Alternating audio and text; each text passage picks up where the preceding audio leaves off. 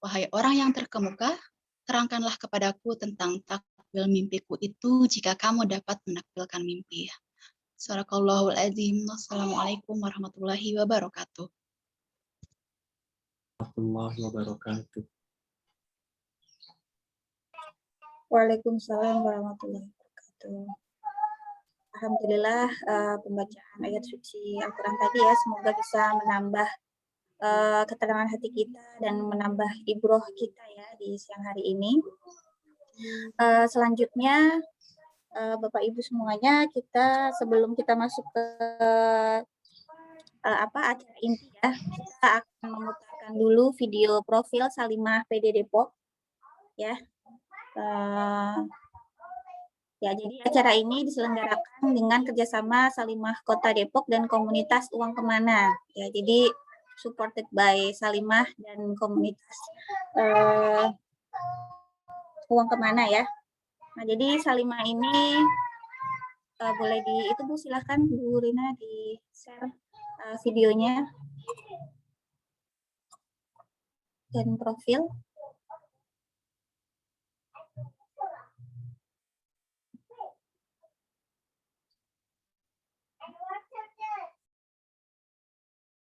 Ditunggu ya sebentar. Baik.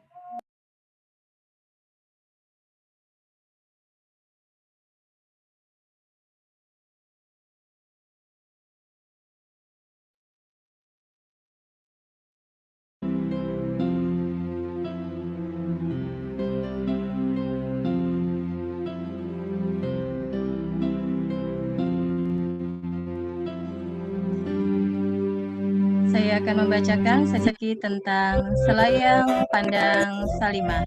Berangkat dari keprihatinan yang mendalam terhadap berbagai permasalahan yang menimpa bangsa ini pada berbagai sektor kehidupan. Terlihat pula dari kurangnya potret perempuan, maraknya kasus-kasus yang mengguncang institusi keluarga, serta lemahnya perlindungan terhadap anak-anak Indonesia. Kemiskinan dan kebodohan menjadi muara bagi masyarakat yang terjebak pada problematika turunannya seperti kasus perdagangan perempuan dan anak, kekerasan dalam rumah tangga, tingginya angka kematian ibu dan balita, tingginya angka penyalahgunaan narkoba, serta meningkatnya jumlah penderita HIV, maraknya pornografi dan meningkatnya kasus pelecehan, serta jumlah anak yang menjadi korban kekerasan seksual. Salimah hadir berupaya membawa harapan untuk dapat menjadi salah satu komponen bangsa yang berkontribusi dalam mencari jalan keluar bagi berbagai problematika tersebut dengan program-program yang mendorong pemberdayaan perempuan, pengokohan institusi keluarga, serta perlindungan memadai bagi anak. Salimah berdiri pada tanggal 8 Maret tahun 2000. Eksistensi Salimah semakin dapat dirasakan dengan keberadaannya di 31 provinsi, 285 kota dan kabupaten, dan 694 kecamatan di seluruh bumi Nusantara. Semoga Allah Subhanahu wa Ta'ala memberkahi dan mengizinkan Salimah terus berkiprah melalui aksi-aksi nyatanya dalam meningkatkan kualitas hidup perempuan, keluarga, dan anak Indonesia.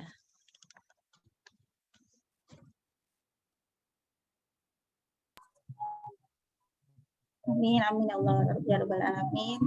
Ya, tadi sedikit ya singkat ya, video singkat mengenai Selayang Pandang PD Salimah Depok ya, yang merupakan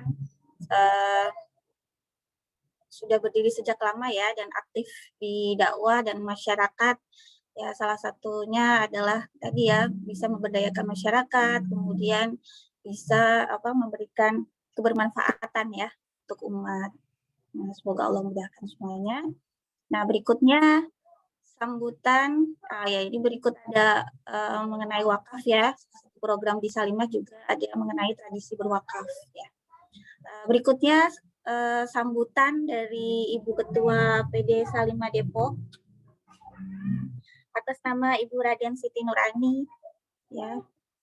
Oh, Bu Raninya belum hadir ya.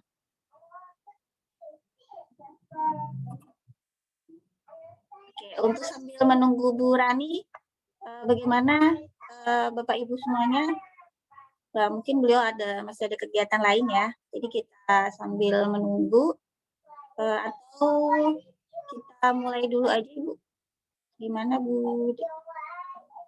Mungkin sambil menunggu kita mulai dulu ya. Ya, jadi ya mungkin sambil menunggu Bu Rani datang karena masih ada agenda di luar, ya kita mungkin mulai dulu agenda acara utama kita. Ya, nanti kalau sudah. Oke. Nah, jadi di acara bisik ini ya, bisik hari ini bincang finansial keluarga. Ya, jadi kita hari ini ada 2 pembicara ya yang kebetulan beliau ini adalah satu pasangan couple ya yang samawa ya, insyaallah. Jadi ada Ibu Sri Mulyati SEAK MAKCA ya, profil beliau kelahiran 4 Desember 75. Nah, visi hidup beliau adalah menjadi keluarga surgawi ya, dengan misi membentuk akidah qawiyah, melaksanakan ibadah shahihah, membiasakan akhlakul karimah, meningkatkan kafa'ah ilmiah, membentuk fisik yang kuat. Masya Allah ya. Ini dari ibadah kemudian sampai ke fisik dan sebagainya ya. Visinya lengkap banget. Nah, kemudian riwayat pekerjaan beliau ya, beliau kesehariannya di STCB ya, baik di struktural ya, sebagai wakil ketua 2 ya di bidang keuangan SEBI, dan kemudian beliau juga dosen tetap di STCB juga. Nah, selain itu beliau juga aktif sebagai edukator keuangan keluarga dari tahun 2017 sampai sekarang. Nah, dan sekarang juga beliau sebagai founder komunitas Uang Kemana ya, yang didirikan pada bulan April 2021. Nah, berikutnya pengalaman beliau juga pernah touring ya di Singapura ya, kemudian juga sudah pernah ke Mekah ya. Di Singapura juga beliau sudah pernah ke waris ya terkait wakaf. Nah, kemudian profil yang kedua adalah Bapak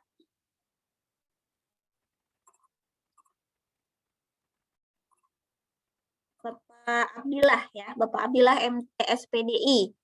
Nah, beliau visi hidupnya sama ya dengan misi tadi dengan Bu Dede ya, Masya Allah. Jadi seragam ya, membentuk akidah qawiyah, melaksanakan ibadah shahihah, membiasakan akhlakul karimah, meningkatkan kafa'ah ilmiah, membentuk fisik yang kuat ya. Beliau lahir di Jakarta 21 Oktober 1977.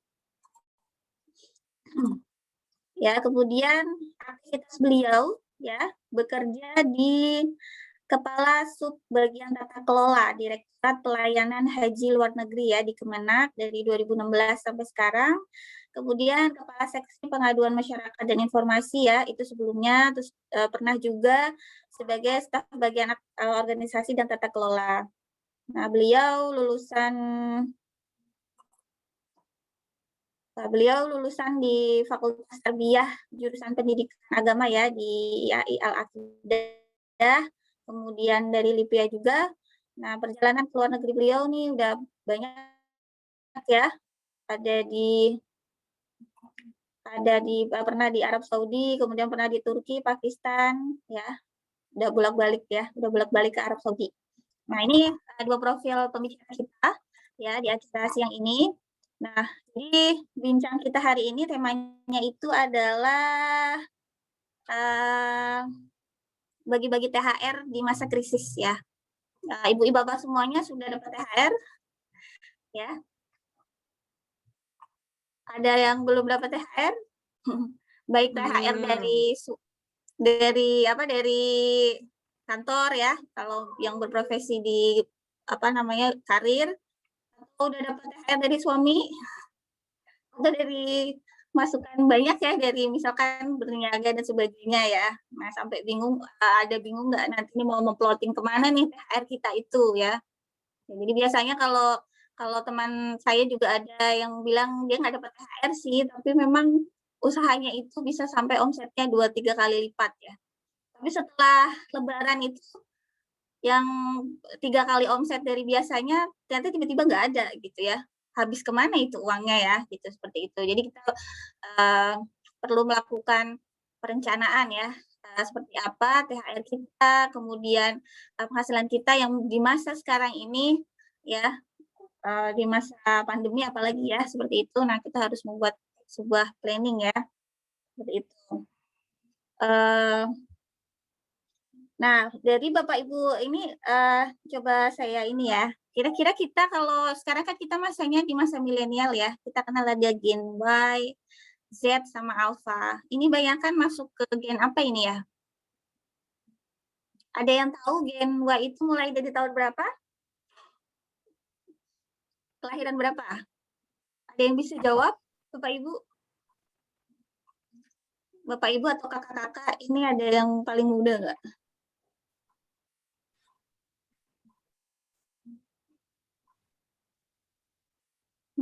Ada yang bisa jawab Gen Y atau Gen Z, Gen Alpha itu mulai dari kelahiran tahun berapa? Ini ada door prize. Ucapan selamat ini. Yang bisa jawab. Ada?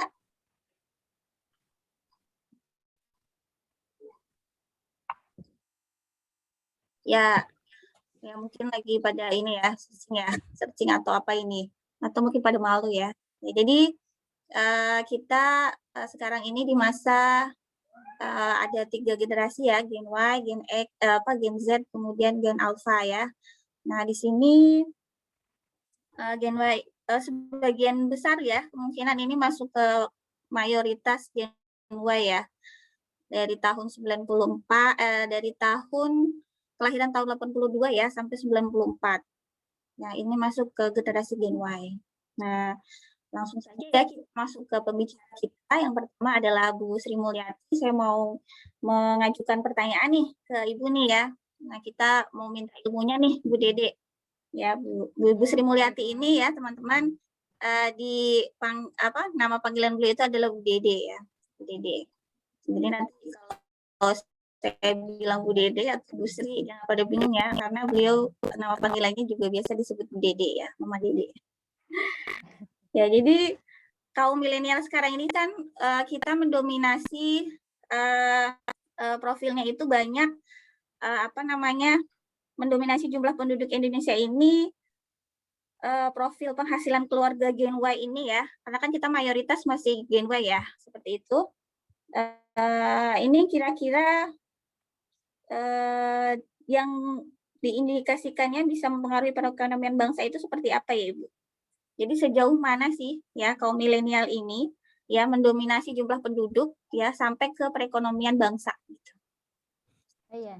Pengaruhnya itu sampai seperti apa? Warahmatullahi wabarakatuh. Suara saya terdengar? Waalaikumsalam. Tadi agak ini. Assalamualaikum. Nah, tes suara dulu ya. Sudah terdengar ya? Dengan baik suara saya? Iya, Jelas. Alhamdulillah. Ya, baik. Saya menyapa dulu teman-teman yang ada di room Zoom kita pada siang hari ini. Assalamualaikum warahmatullahi wabarakatuh. Ya. Waalaikumsalam warahmatullahi wabarakatuh. Alhamdulillah, sudah ada 20 orang yang bergabung ya bersama kami di sini. Ya, teman-teman semua ya. Pastinya di sini banyak juga nih Gen Y ya, milenial nih Kak Erina ya. Terima kasih Kak Erina yang sudah membuka sesi siang hari kita ini ya, walaupun siang-siang Ramadan lapar-lapar aus-aus ya, tapi teman-teman di sini tentunya milenial semua nih ya, walaupun ya tadi Kak Erina bilang milenial itu lahirnya tahun berapa? Belum ada yang jawab ya, belum ada yang jawab. Tahun 80 sampai dengan tahun 1994 ya. Jadi tahun 1980 sampai 1994. Ya, tapi jangan khawatir teman-teman yang bergabung di sini dan lahirnya adalah sebelum tahun 80 ya, kita anggap milenial juga karena udah gabung di acara ini ya Kak Erina ya. Iya, ya baik ya. Sore ini kita akan sharing-sharing sedikit ya teman-teman semua ya. Tadi Kak Irina sudah membuka ya bahwa Gen Y ini akan mempengaruhi atau memiliki potensi untuk mempengaruhi perekonomian ya di Indonesia. Kenapa? Karena teman-teman semua ya, Gen Y ini ternyata dominan gitu ya di masa sekarang ini, dominan ya secara jumlah penduduk. Jadi dominasi milenial ini sudah mulai ya ada di komposisi penduduk kita, penduduk Indonesia. Dan pada tahun 2025 ini ya kita akan memiliki usia ya penduduk dengan usia produktif ya, penduduk yang dengan usia produktif yang lebih banyak ya, sampai-sampai ya dikatakan bahwa tahun 2030 itu kita Indonesia akan mengalami yang namanya surplus Kak Irina, surplus apa tuh ya, surplus orang produktif gitu ya, akan mengalami surplus demografi namanya ya. Nah dengan demikian ya, surplus demografi ini maksudnya adalah orang-orang yang berusia produktif ya tentunya kaum milenial ada di situ ya, orang-orang dengan usia produktif itu akan menjadi lebih banyak atau mendominasi struktur penduduk kita, struktur jumlah penduduk kita. Nah oleh karena itu generasi milenial yang pastinya akan masuk ke dalam kelompok tersebut ya, dengan segala macam ya penghasilan yang dihasilkannya gitu ya, itu akan menentukan ya perekonomian atau perkembangan ekonomi dari suatu bangsa ya. Nah, ketika Indonesia memasuki era surplus demografi nanti ya, maka milenial pun akan menjadi orang-orang yang mengambil keputusan ya, menjadi pelaku-pelaku ekonomi yang mengambil keputusan ya, para pengambil keputusan dalam aspek ekonomi. Dan ini tentunya akan membawa kepada perkembangan perekonomian yang menggembirakan. Gitu Kak Erina. Karena apa? Yang kita tahu nih, profil dari penghasilan dari Gen Y ya, teman-teman ya. Pasti mereka usianya ya usia sudah lulus kuliah tuh 23 ya sampai dengan pokoknya masih di bawah 30 deh gitu ya. Usia 20 sampai 30 dan mereka ya penghasilan mereka itu sudah bisa mencapai puluhan juta ya. Di sini ada beberapa profil yang saya baca-baca di media massa gitu ya. Ada anak-anak yang usia 23 sudah melanjutkan S2 atau mereka bekerja ya sebagai profesi-profesi yang memang dekat dengan teknologi ya. Jadi kaum milenial ini adalah sebuah profil yang orang-orangnya ya tidak bisa dipisahkan dengan teknologi. Mereka menggunakan teknologi bukan hanya untuk komunikasi ya pribadi ataupun sosial, bersosialisasi, namun juga mereka menggunakan teknologi dalam cara-cara kerja mereka ya di tempat kerja mereka. Maka nggak aneh nih Kak Arina kalau mereka memilih ya profesi-profesi seperti internet marketing ya, apalagi tuh video service ya yang suka bikin video menarik itu ya. Kadang-kadang mereka ada juga yang bekerja di financial technology ya, di fintech ya, di startup, kemudian di financial institution juga ada. Nah dengan ya rata-rata penghasilan ya puluhan juta ya, bahkan bisa ratusan juta teman-teman yang saya baca di media massa ya. Namun hal ini tentunya harus ada guidance nih ya, biar teman-teman milenial yang mempengaruhi perekonomian bangsa ini bisa mempengaruhinya secara positif, begitu Kak Erina. Iya. Ya, Masya Allah ya. Jadi ternyata memang ketika kita masuk ke generasi Gen Y ini, apalagi sudah ada teknologi yang maju ya, dengan kondisi kita akan jadi surplus produktif, ya ini pasti akan bakal mempengaruhi perekonomian ya Bu ya. Betul. Tapi betul. ini belum tahu juga ini bisa jadi positif atau malah nggak terlalu signifikan ya dengan generasi yang sebelumnya gitu ya. Kalau orang tua saya dulu bilang, kamu baru umur segitu aja udah bapak-bapak dulu ya, udah dapat gajinya sekian gitu. Wah, kalau dulu orang tua dulu mah pontang-panting dulu gitu ya untuk dapat itu. Tapi kalau kita lihat dengan tadi seperti yang Bu Dede katakan ya, Bu Dede sampaikan bahwa pemasukannya itu tuh cukup besar ya, dengan memang dan cepat ya, lebih cepat gitu ya sepertinya. Tapi sepertinya memang ada banyak banyak inilah ya, banyak fenomena gitu ya, uang sudah dapat penghasilan gede ya, tapi ternyata uangnya itu rentan habis gitu. Nah, menurut Ibu kira-kira kenapa ya dengan kondisi seperti itu? Ya betul sekali Karina. Memang itu ya fenomena yang bisa kita baca dari masyarakat milenial ini. Mereka uangnya banyak gitu ya, tapi mereka cepat habis juga uangnya gitu ya. Nah, kenapa sih hal ini bisa terjadi ya?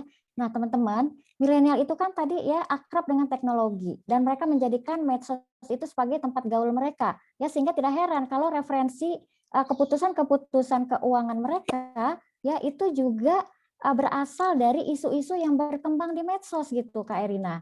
Jadi kalau bisa dibilang jumlah penghasilan yang diraih di usia produktif bagi mereka itu mungkin sudah sangat memadai, dan jika kita ukur, kita takar dengan pertimbangan orang-orang di generasi sebelumnya, generasi Z, generasi baby boomers gitu ya, maka penghasilan milenial ini jauh gitu ya lebih tinggi dibandingkan dengan generasi sebelumnya di usia yang sama. Ya namun kenapa tadi milenial ini kok kadang-kadang mengalami kesulitan ya dalam menata keuangan? Karena tadi pertama mereka emang syarat dengan teknologi sehingga referensi media sosial, isu-isu yang berkembang dalam media sosial itu kerap menjadi referensi bagi mereka untuk mengambil keputusan ya. Nah, si milenial ini ya dia kenapa ya? Karena dia gini, gaya hidup, lifestyle ini juga mempengaruhi keputusan ekonomi, keputusan keuangan ya dalam diri dan keluarganya. Ya kadang-kadang gini, lebih seringnya gini, mereka tuh takut gitu tertinggal oleh tren-tren baru ya yang berkembang atau yang menjadi isu-isu di media sosial mereka gitu ya. Takut ketinggalan film baru ya, takut ketinggalan tempat nongkrong baru ya, takut ketinggalan fashion baru ya, dan hal-hal yang berbau-bau lifestyle begitu ya. Nah, karena demikian ya maka preferensi mereka dalam berkonsumsi itu kadang-kadang kita bisa bilang boros ya. Borosnya itu untuk hal-hal yang bersifat gaya hidup mungkin ya. Jadi mereka akibatnya ya mereka menjadi rentan secara finansial. Nah, karena itu tadi takut tertinggal oleh tren gitu ya. Seperti itu ya mungkin ya Kak Erina ya. Oh, jadi sebenarnya dari sisi lebih karena teknologi semakin tinggi maka ya medsos dan sebagainya itu tuh mengikuti terus ya Bu ya. Iya betul. Jadi sebenarnya kalau dari sisi perilaku keuangan mereka seperti apa tuh Bu? Nah ini kan terkait gaya hidup ya tadi ya. Betul, karena gaya hidup tadi ya mereka tuh kan banyak yang menganggap experience itu lebih penting loh. Experience nonton film, experience jalan-jalan, traveling gitu ya, experience nongkrong di tempat mana gitu ya, kumpul-kumpul sama teman-temannya gitu ya, sampai mereka tuh punya satu tagline, you only live once, YOLO, you only live once. Kamu hidup cuma sekali, maka bersenang-senanglah gitu loh ya. Nah, dengan begini, dengan mindset yang seperti ini, maka milenial itu rentan secara finansial. Dan yang kedua, dia pasti gini, jangankan untuk melakukan investasi agar penghasilan mereka bisa disimpan dan berkembang gitu ya. Jangankan untuk berinvestasi, bahkan untuk mempersiapkan dana darurat ya, yang mungkin kita sangat diperlukan nih dalam masa krisis atau dalam masa pandemi ini, itu mungkin tidak terfikir oleh mereka tuh Kak Erina ya. Nah, kita bisa lihat nih beberapa perilaku ya dari Gen Y ini ya teman-teman semua. Nah, Gen Y menurut penelitian yang dilakukan oleh Organization for Economic Cooperation and Development atau OECD ya, ini satu lembaga survei juga, lembaga kajian ya, itu ditemukan bahwa milenial menghabiskan kebutuhan bulanannya itu sebanyak 51% ya. Nah, kemudian berapa persen dari penghasilan mereka yang bisa ditabung?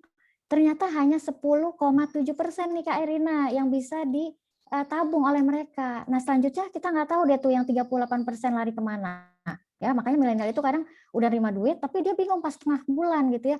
Duit gua kemana ya? Nah, makanya itulah ada komunitas uang kemana. Nah, ini untuk memberikan penyadaran juga ya bahwa milenial jangan sampai nggak tahu tuh uang yang udah dia kumpulin, yang udah dia hasilkan ya secara produktif dalam profesi-profesinya itu kemudian mereka nggak tahu sendiri kemana uangnya gitu ya, kemana uangnya lari gitu ya. Nah, yang kedua ya perilaku keuangan dari Gen Y ini teman-teman. Nah, Gen Y ini ternyata ya saking mereka tadi ya perilakunya gaya hidup lah, nggak mau investasi ya, dan juga nggak bisa menyisihkan dana darurat ya. Nah, mereka ini jika sewaktu-waktu kehilangan pendapatan utamanya, maka menurut survei ini adalah bahwa 1 dari 3 milenial itu ya itu mengalami insecure atau ketidakamanan dalam finansialnya. Financially insecure, artinya mereka merasa tidak aman ya secara keuangan ya. Dan hasilnya adalah 28% dari mereka hanya sanggup bertahan 1 minggu dan 32% dari mereka hanya sanggup bertahan sebulan. Nah, tuh ya, yaitu ketika mereka kehilangan pendapatan utamanya. Nah, ini akibat dari apa? Perilaku keuangan mereka ya. Gitu. Kemudian yang ketiga ya, mereka ya tidak melakukan perencanaan keuangan. Nah, ini yang sangat disayangkan ya. Padahal kan kita hidup ya, kita nggak tahu nih hidup kita sampai kapan ya. Apakah hidup kita nanti panjang gitu ya, umur panjang, atau hidup kita nggak panjang-panjang amat gitu ya. Nah, padahal kedua kondisi ini memerlukan apa yang disebut dengan perencanaan keuangan gitu ya.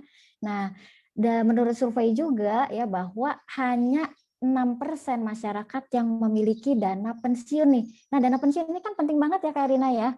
Untuk apa coba? Untuk berjaga-jaga ya teman-teman ya, untuk jaga-jaga kalau misalnya kita sudah pensiun, kita belum punya penghasilan lain gitu ya, apakah dari berbisnis, apakah dari profesi mengajar ya, ataupun dari profesi-profesi lainnya yang bisa digeluti oleh kita sampai kita memasuki usia pensiun ya. Oleh karena itu kita penting banget nih untuk memiliki dana pensiun ya.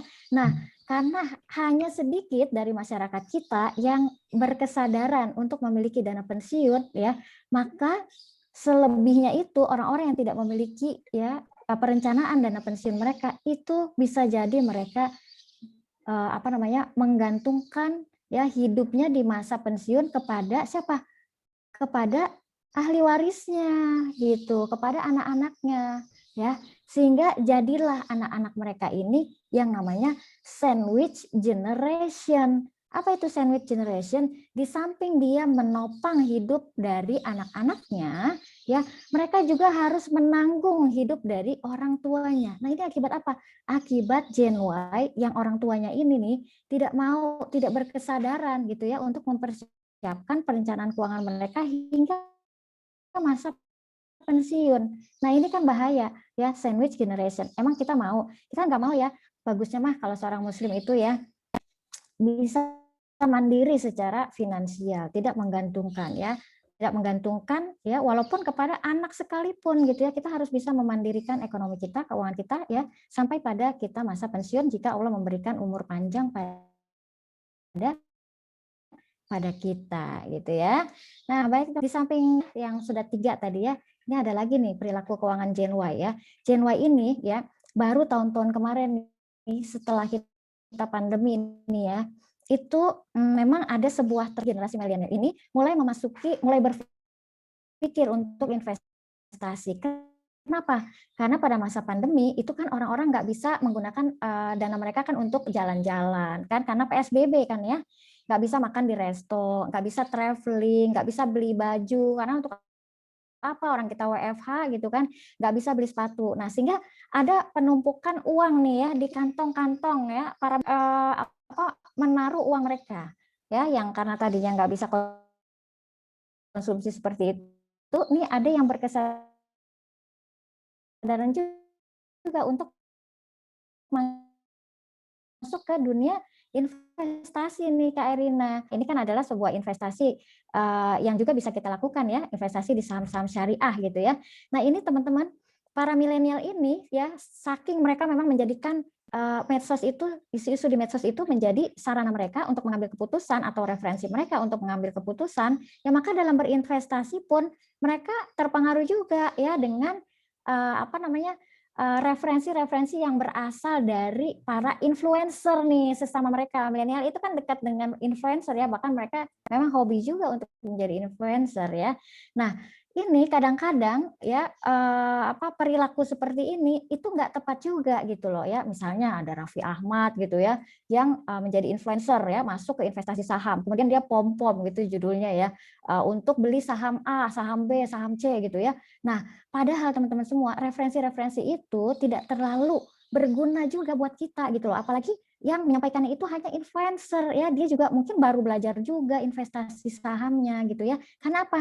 Karena ya profil risiko masing-masing individu itu berbeda ya. Bisa jadi ya seseorang yang memberikan referensi kepada kita itu adalah risk taker ya, sehingga mereka bisa aja ya mereferensikan saham-saham untuk berinvestasi di saham-saham yang memang punya risiko tinggi misalnya gitu ya, high risk high return memang gitu ya. Tapi nah ini teman-teman milenial ya, jangan mudah akibat dia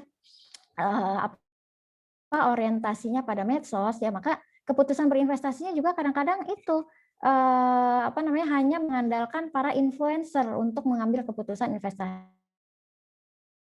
di perusahaan yang mana ya. Padahal ingat bahwa profil risiko masing-masing moderat, ada juga yang konservatif, jadi belum tentu cocok buat kita. Nah ini dia Kak Erina, perilaku-perilaku dari para milenial kita gitu ya. Ya mungkin ya kedepannya harus bisa ditata gitu ya, harus bisa diedukasi ya, dan mengedukasi dirinya juga. Gitu Kak Erina. Makin menarik nih Bu bincangnya ya. Rekan-rekan semuanya, jika ada yang mau langsung ditanyakan, boleh ini ya, boleh langsung di chat atau langsung ajukan tangan ya. Langsung kasih tanda ya kalau kita mau langsung ditanyakan ya. Ini betulnya kita susah ya rekan-rekan semuanya. Nah, lanjut nih Bu, sambil menunggu pertanyaan teman-teman jika ada nanti. Nah, jadi ketika tadi kita melihat perilaku keuangannya yang beragam tadi ya, yang ada yang langsung habis, kemudian mulai ada pergeseran, tapi ternyata mereka terpengaruh sama influencer ya, karena medsos dan sebagainya. Menurut Ibu, apakah ini ada pengaruhnya dari pemahaman pengetahuan mereka mengenai keuangan, ya, mengenai pengelolaan keuangan?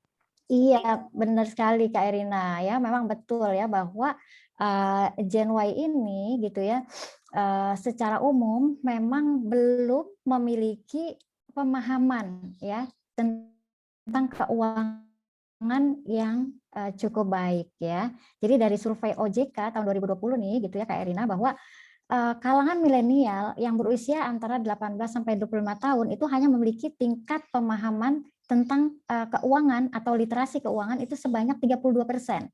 Sedangkan yang berusia 25 hingga 35% itu juga masih memiliki tingkat literasi keuangan yang hanya 33%. Jadi belum 100% ya teman-teman dari kalangan milenial kita menguasai ya tentang pemahaman mereka ya terkait dengan pengetahuan, pemahaman, risiko keuangan, motivasi ya serta keyakinan untuk menerapkan pengetahuan dan pemahaman yang dimilikinya itu untuk mengambil keputusan yang efektif bagi keuangan keluarga mereka, sehingga bisa meningkatkan kesejahteraan mereka gitu ya, baik secara individu, keluarga ataupun masyarakat, sehingga mereka bisa berpartisipasi dalam bidang ekonomi. Nah ini literasi keuangan yang menurut survei OJK itu masih rendah ya, walaupun ada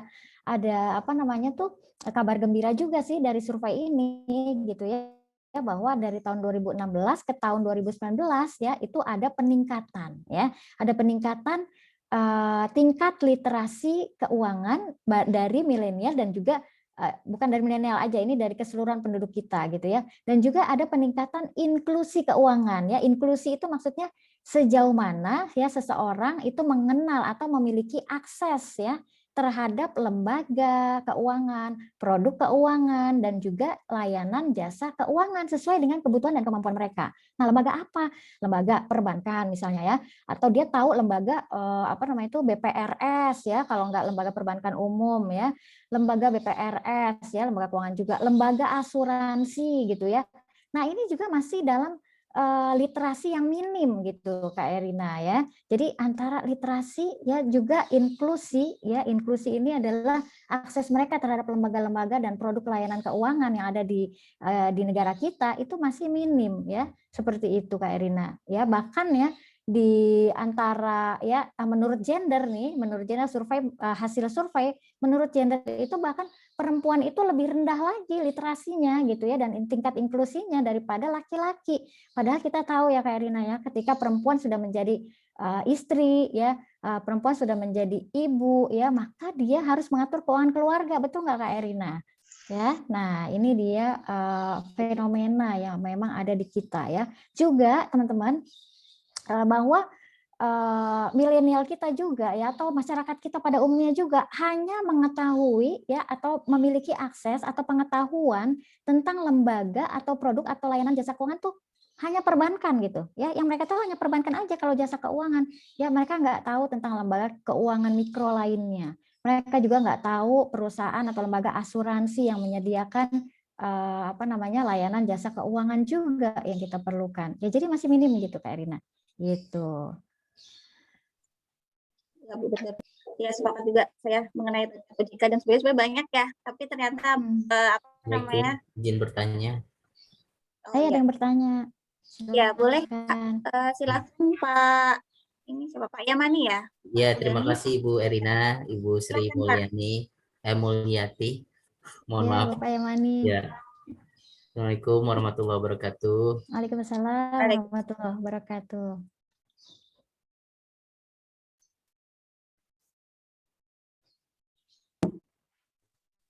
Ya, silakan Pak. Silakan Bapak. Keputus mungkin. Nah, ya. Ya, ada pertanyaan juga nih dari kolom chat nih Kak Erina. Iya. Kayaknya sambil menunggu Pak. Iya. Ya, sambil menunggu Pak Yamani mungkin ke Mbak Dwi Rizka Maulia dulu ya. Boleh. Izin bertanya Bu Dede, berbicara tentang dana pensiun, sebetulnya berapa besar tabungan pensiun yang harus disimpan? Terkait dana pensiun, Bu. Oh iya, dana pensiun. Iya, nanti kita akan bahas juga nih ya proporsi-proporsinya nih Mbak Dwi ya, Nanti kita akan bahas di di pertengahan dari pembahasan ini ya, berapa sih ya yang akan kita alokasikan tidak hanya untuk dana pensiun tapi juga untuk keperluan kebutuhan keuangan kita dan tujuan-tujuan keuangan kita nih Kak Erina ya. Jadi kita lanjutkan aja materinya sambil nunggu Bapak Yamani ya. Bapak Yamani mungkin masih terkendala sinyal ya. Iya, sepertinya Pak Yamani terputus Bu. Mungkin ya, nanti masuk langsung lagi, aja. Ya. Oke. Berikutnya Ibu, tadi kan mengenai literasi keuangan ya yang cukup minim ya. Ada tapi mungkin terlalu mendominasi di satu tempat gitu ya. Literasi keuangannya belum terlalu masyarakat belum terlalu paham yang menyeluruh gitu ya. Nah, berikutnya kalau bagaimana cara kita ini mendorong para muslim milenial tadi ya yang ternyata sebenarnya dari sisi pendapatan bagus ya, tapi ternyata dari sisi literasi keuangan maupun pengelolaan kurang gitu ya. Bagaimana mendorong mereka itu bisa milenial muslim ini dalam pengelolaan keuangan keluarga. Cara mendorong mereka apa? Oke, Kak Erina. Iya, Kak Erina ya. Nah, dengan kondisi semacam tadi ya, yang tentunya kita pahami bahwa milenial itu punya potensi ya. Jadi perilaku milenial yang secara keuangan tadi kurang menguntungkan bagi mereka dan keluarga mereka, juga bagi perekonomian bangsa itu bisa ya kita ubah sebetulnya ya. Kita ubah ya dengan mengubah mindset mereka tentunya, dan dalam tuntunan bagaimana sih mengelola keuangan pribadi atau keluarga kita gitu ya. Nah, dalam satu riwayat itu ada seorang sahabat yang terkenal yaitu sahabat Salman Al-Farisi ya. Nah, diriwayatkan beliau ini memiliki uang sebanyak 1 dirham. Ya, 1 dirham ini beliau gunakan untuk modal membuat anyaman yang kemudian dijual dengan harga 3 dirham. Nah, kemudian apa yang dilakukan oleh Salman? Ya, beliau membagi pendapatannya tadi ke dalam 3 bagian, yaitu 1 dirham untuk keperluan keluarganya, 1 dirham digunakan untuk sedekah dan sisanya 1 dirham untuk digunakan sebagai modalnya kembali. Nah, konsep ini ya sebenarnya bisa kita terapkan juga dalam kehidupan sehari-hari dengan membagi 3 pendapatan yang diperoleh. Sepertiga untuk digunakan untuk kebutuhan sehari-hari dan dana darurat, sepertiga untuk bersedekah, dan sisanya untuk keperluan modal. Nah, modal ini ya kita bisa analogikan dengan apa? Bisa dengan bisnis, dengan investasi dan proteksi, termasuk tadi dana pensiun. Begitu Kak Erina ya. Sampai Rasulullah SAW ya juga memberikan tuntunan kan ya kepada kita ya bahwa Allah SWT akan memberikan rahmat, kasih sayangnya kepada seseorang yang berusaha dari yang baik, membelanjakan dengan pertengahan, dan dapat menyisihkan kelebihan untuk menjaga pada hari ia miskin dan membutuhkannya. Ya, seperti itu. Jadi tuntunan Rasulullah SAW juga demikian gitu, Kak Erina. Ya, Masya Allah. Jadi berarti salah satu yang bisa kita contoh tadi ya Bu ya, mengenai Al-Salman ya. Jadi ada nggak cuma duniawi kita aja ya, tapi kita juga menyisih untuk sedekah kita di akhirat ya, sama juga untuk modal kedepannya itu seperti apa ya, seperti itu ya. Iya. Pak Yaman sudah hadir? Baik, Belum terima ya? kasih. Mohon maaf tadi terputus. Ya, Baik, silakan Pak. Ibu Sri Mulyati, saya ingin bertanya ini untuk memilih investasi yang bagus itu seperti apa, kriterianya apa saja, dan kalau kita lihat situasi pandemi ini kan di mana setiap usaha itu sekarang sedang ada masalah untuk berkembang, itu untuk supaya kita tidak salah gitu ya, berinvestasi itu ada kriterianya enggak begitu? Iya, Terus Pak bidang Yamani. apa yang bagus di saat seperti ini? Oke, Terima kasih Bu Sri. Pak Yamani ya, terima kasih pertanyaannya Pak Yamani, bagus sekali nih pertanyaannya dari Pak Yamani, seorang milenial juga nih kayaknya ya Pak Yamani ya, karena udah berpikir investasi juga lagi gitu ya. Nah, baik, sebenarnya ada beberapa hal yang ya kalau kita mau masuk ke dalam investasi Pak Yamani ya. Jadi yang pertama itu adalah ya bagaimana kita memilih perusahaan yang produknya itu inovatif ya dan kreatif gitu Pak Yamani ya. Yang kedua ya, perusahaannya ini growth gitu ya. Nah, perusahaan yang growth ini bisa kita cek ke laporan keuangan mereka gitu ya, laporan keuangan perusahaan. Baik kita cek misalnya kalau perusahaan-perusahaan yang belum go public ya kita bisa cek ke websitenya ya. Kalau perusahaan-perusahaan yang sudah go public ataupun sudah listing di Bursa Efek Indonesia, maka kita juga bisa melihat kinerja keuangannya gitu ya di website bagaimana pertumbuhan ya penjualannya ya, bagaimana pertumbuhan profitnya ya, seperti itu. Nah, kemudian ya perusahaan atau tempat kita berinvestasi ini ya bagus lagi kalau dia memang perusahaannya tuh dikelola secara baik ya, dengan tata kelola good corporate governance ya, dengan tata kelola yang baik sehingga memiliki integritas ya antar perusahaan ya dengan pemiliknya gitu ya. Itu memiliki integritas, ada tata kelola yang baik. Nah, ini kita bisa cek juga apakah ya misalnya dia memiliki komite audit di dalamnya ya, sehingga mekanisme-mekanisme good corporate governance itu bisa terimplementasikan ya. Apakah laporan keuangannya diaudit secara eksternal. Nah, ini ya, jadi 1 produknya inovatif, 2 growth-nya tinggi gitu ya, 3 juga perusahaannya bisa dipercaya, perusahaannya bisa dipercaya ya, kemudian pemiliknya juga memiliki integritas yang tinggi seperti itu Pak Yamani ya. Dan ya dan bagus lagi ya kalau investasinya itu memang bisa memberikan ya kepada kita ya pertanggungjawaban sosial ya, pertanggungjawaban sosial seperti itu ya. Ya kira-kira itu Pak Yamani ya, apabila kita ingin berinvestasi maka cek dulu ya apakah produknya inovatif, apakah perusahaannya growth-nya bagus, profitnya gitu ya, apakah perusahaannya juga memiliki ya mekanisme corporate governance ya, sehingga memiliki integritas gitu ya, gitu. Jadi bisa dicek seperti itu, Pak Yamani. Kurang lebih seperti itu ya. Ya, Kak Irina, silakan dilanjutkan. Pembahasan kita masih ada 3 nih, 3 ya, apa namanya? 3 hal ya teman-teman ya, yang harus kita perhatikan dalam pengelolaan keuangan kita. Yang pertama ya adalah bagaimana kita mengelola keperluan hidup dan dana darurat ya. Dana darurat seperti tadi yang Rasulullah SAW sampaikan ya, bahwa Allah akan merahmati orang-orang yang membelanjakan hartanya itu ya tidak berlebihan dan juga tidak kikir di tengah-tengah di antaranya. Kemudian juga Allah akan merahmati seorang yang berusaha dari yang baik, membelanjakan dengan pertengahan dan dapat menyisihkan kelebihan untuk harta pada saat ia miskin dan membutuhkannya gitu ya. Nah, maka dana darurat ini menjadi sesuatu yang penting teman-teman. Ya, ketika kita masih hidup ya, dan kemudian kita mengalami satu saat di mana kita tidak bisa berpenghasilan, misalnya karena pandemi, karena krisis ya. Ada yang rumahnya ada yang dirumahkan ya, ada yang di PHK, ada yang perusahaannya ditutup ya, tidak beroperasi sementara ya, ada yang dipotong ya penghasilannya. Maka dana darurat ini akan ya sesuai dengan tuntunan Nabi tadi akan menolong kita saat-saat kita tidak bisa berpenghasilan, maka kita tetap ada yang bisa kita pakai gitu ya. Nah, yang kedua adalah investasi teman-teman semua. Nah, investasi ini ada 2.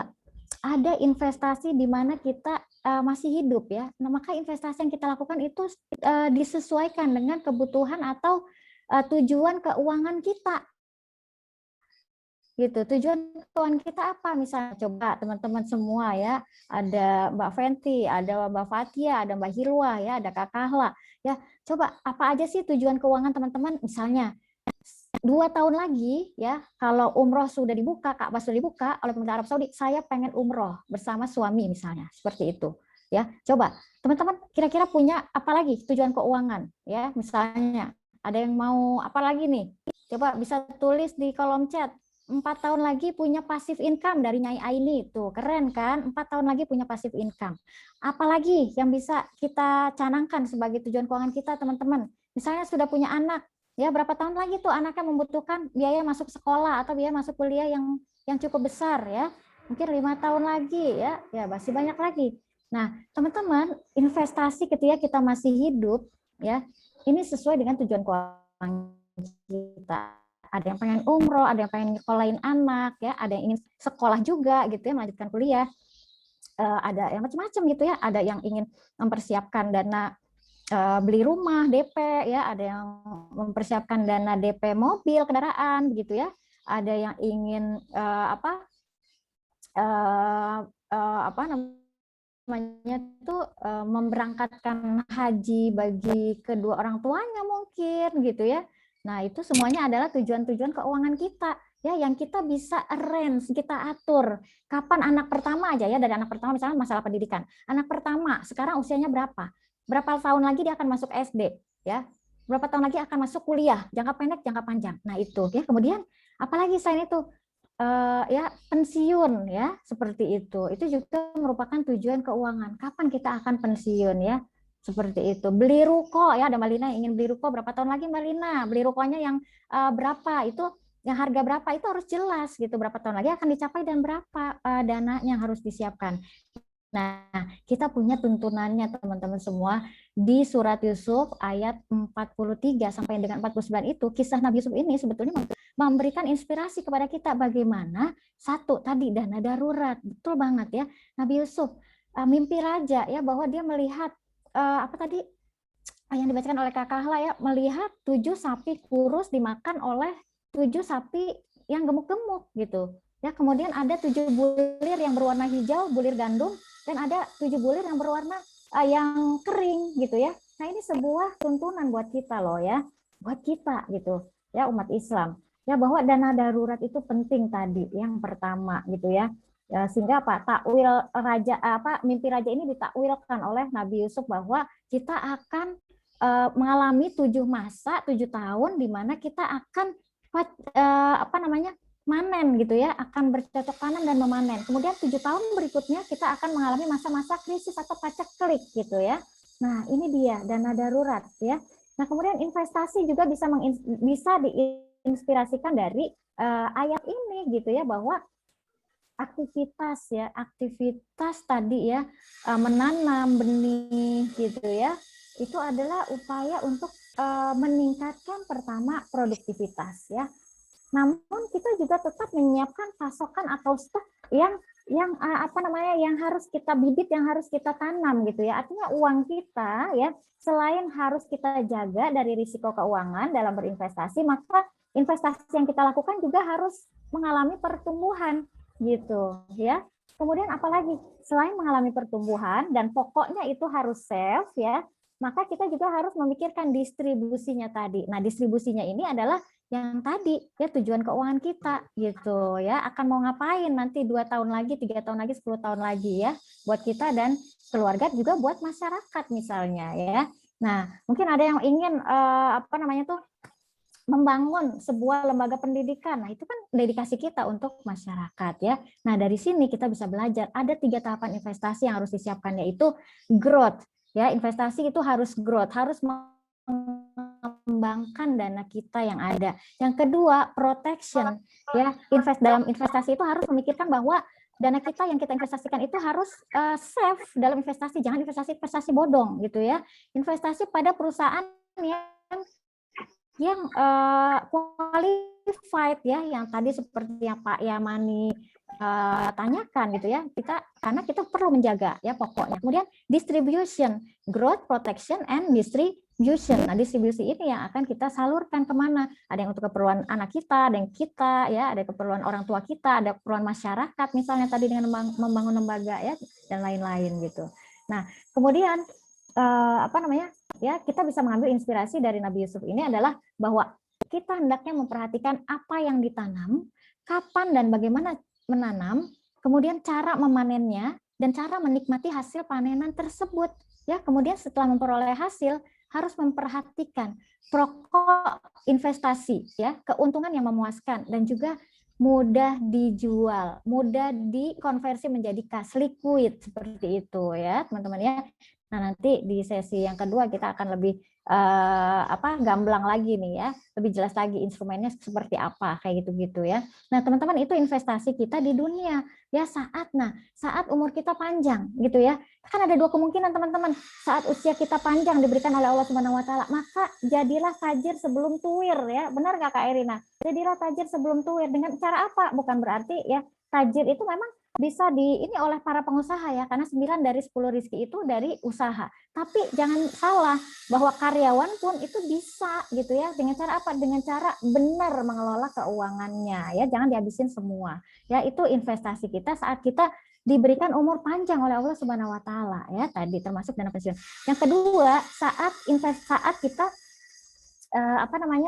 diberikan umur tidak terlalu panjang oleh Allah Subhanahu wa taala ya. Kalau tadi umurnya panjang, tajir sebelum tuir, maka kalau umur kita tidak terlalu panjang, maka kita harus mempersiapkan apa yang namanya investasi akhirat. Ada 2. Yang pertama, investasi akhirat kita selain amal-amal kita ya. Dalam sisi keuangan, maka kita bisa berinvestasi pada wakaf, teman-teman. Nah, wakaf ini berbeda dengan zakat ya, yang sudah merupakan kewajiban kita gitu ya, dari harta yang kita peroleh. Wakaf ini, sebentar ya teman-teman ya. Ada gangguan suara dulu, sebentar.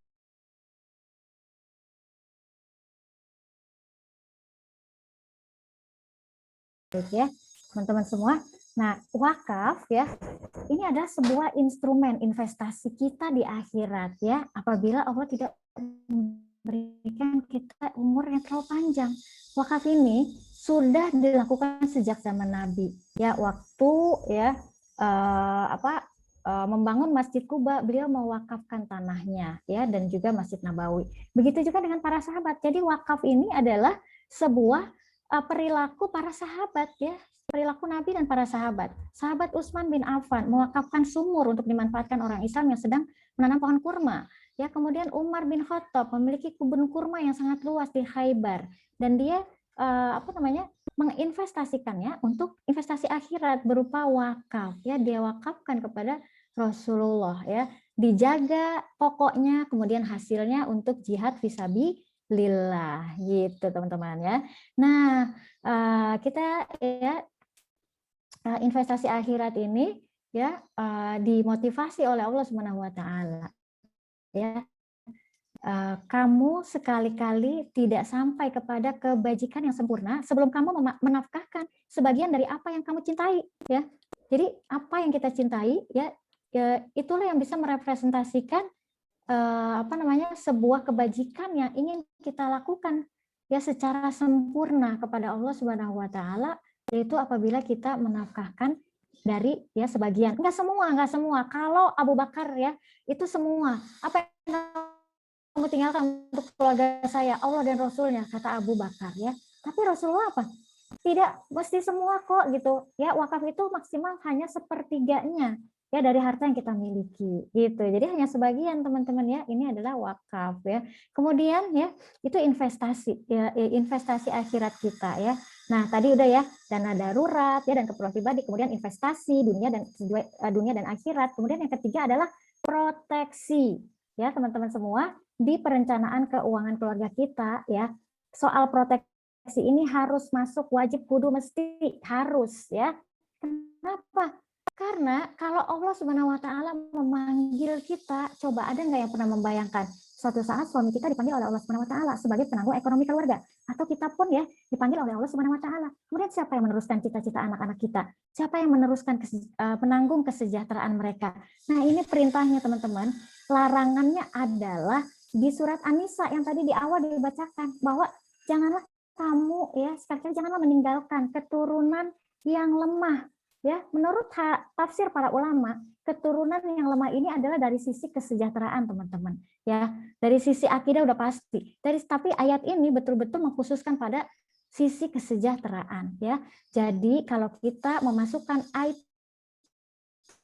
proteksi dalam pengelolaan keuangan keluarga kita, itu berarti kita memang sudah melaksanakan perintah Allah dan menjauhi larangannya sebagaimana di surat An-Nisa ayat 9. Janganlah kamu ya teman-teman bayangin deh gitu ya, kalau misalnya kita nggak tahu ya, umur itu kan ya nggak ada yang tahu, kemudian kematian itu adalah sesuatu yang pasti ya. Nah oleh karena itu proteksi, ayo mulai sadarkan diri kita gitu ya. Kita nggak tahu kapan ya Allah memanggil kita atau suami kita ya. Maka proteksi juga harus masuk ke dalam agenda pengelolaan keuangan keluarga kita ya, seperti itu. Nah teman-teman semua ya, wakaf ya dan proteksi ini kan investasi akhirat kita yang akan kita bawa ya teman-teman ya. Wakaf ini akan kita bawa pahalanya nggak yaumul hisab, nggak berhenti ya gitu ya. Kemudian proteksi ini juga kalau kita meninggal wafat gitu ya, maka proteksi ini untuk apa sih gitu ya, bukan kontrak mati ya teman-teman, sebagaimana yang sebagian orang itu menafsirkannya demikian gitu. Jadi alergi banget kalau di ojek ngobrol tentang asuransi kan ya, karena memang mindset Indonesia itu belum sampai ke sana. Padahal apa, coba bayangin ya, siapa yang akan menanggung anak-anak kita gitu ya, macam-macam semua ya, pendidikan, kesejahteraan mereka, jangan sampai mereka menjadi tergantung kepada orang-orang lain gitu ya. Mungkin itu ya, ada 3 tadi Kak Erina ya dalam pengelolaan keuangan kita gitu Kak Erina ya. Dari saya demikian ya, terima kasih. Banyak banget ilmunya nih Bu, jadi tercerahkan ya, yang ditambah tercerahkan ya untuk pengelolaan keluarga muslim ya nanti untuk kedepannya. Izin kita ke pembicara satu ya Bu ya, pembicara berikutnya. Silakan. Ya, untuk nanti Bapak Ibu kalau ada yang mau ditanyakan silahkan ya sambil berjalan. Ke Pak Abdillah, mohon izin Pak Abdillah, dah ya. Nah ini beliau adalah praktisi investasi keluarga ya. Minta sharing ilmu dari Bapak nih ya. Bapak motivasinya untuk melakukan perencanaan keluarga seperti apa? Pengelolaan keuangan. Ya, terima kasih Kak Erina. Terima kasih Bu Sri Mulyati dan Bapak Ibu sekalian. Alhamdulillah ya, kita di sini dalam rangka sharing ya Bapak dan Ibu, bukan berarti harus mengikuti saya atau apa yang saya lakukan adalah hal yang terbaik ya, tidak. Kita mungkin punya metode masing-masing, punya cara masing-masing, untuk mencapai tujuan keuangan kita. Ya, jadi kita di sini sharing, silahkan nanti Bapak dan Ibu kalau ada hal-hal yang ingin di-sharingkan, oh saya dalam mengelola keuangan keluarga seperti ini loh Bapak Ibu gitu. Silahkan. Jadi kita ini sama apa sebagaimana acara kita ya, bisik bincang finansial keluarga. Jadi kita sifatnya bincang-bincang saja, sharing pengalaman bagaimana mengelola keuangan. Tadi kalau judulnya kan bagi-bagi THR di tengah krisis ya. Jadi jangan sampai kita punya THR di akhir Ramadan mau Lebaran ini ada orang banyak nyebutin THR tapi kita nggak bisa bagi-bagi THR gitu ya. Nah paling tidak kita bisa bagi-bagi ke keluarga kita ya. Kan banyak tuh sekarang viral ya Kak Erina ya, di mana di media sosial ya, mau bagi-bagi THR untuk mertua 5 juta, untuk istri 7 juta, anak masing-masing 1 juta, ponakan 500.000. Alhamdulillah sudah dibagi-bagi semua, tinggal uangnya dari mana gitu. Nah, itu Uangnya nggak tahu nih dari mana nih Pak. iya.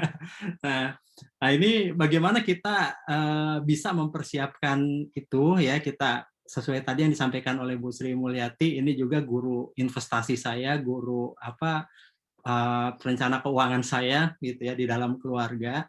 Ya bagaimana terhadap tujuan-tujuan keuangan kita tadi, baik tadi untuk sekolah, bagi-bagi THR ya untuk sekolah, dan untuk untuk tujuan keuangan yang lainnya, yaitu bisa kita rencanakan sejak dini gitu ya. Nah tadi kalau Kak Erina menanyakan apa motivasi ya, motivasi saya dalam melakukan dalam melakukan perencanaan keuangan ini ya tentunya tadi sudah banyak dipaparkan oleh Bu Dede ya, Bu Sri Mulyati ya.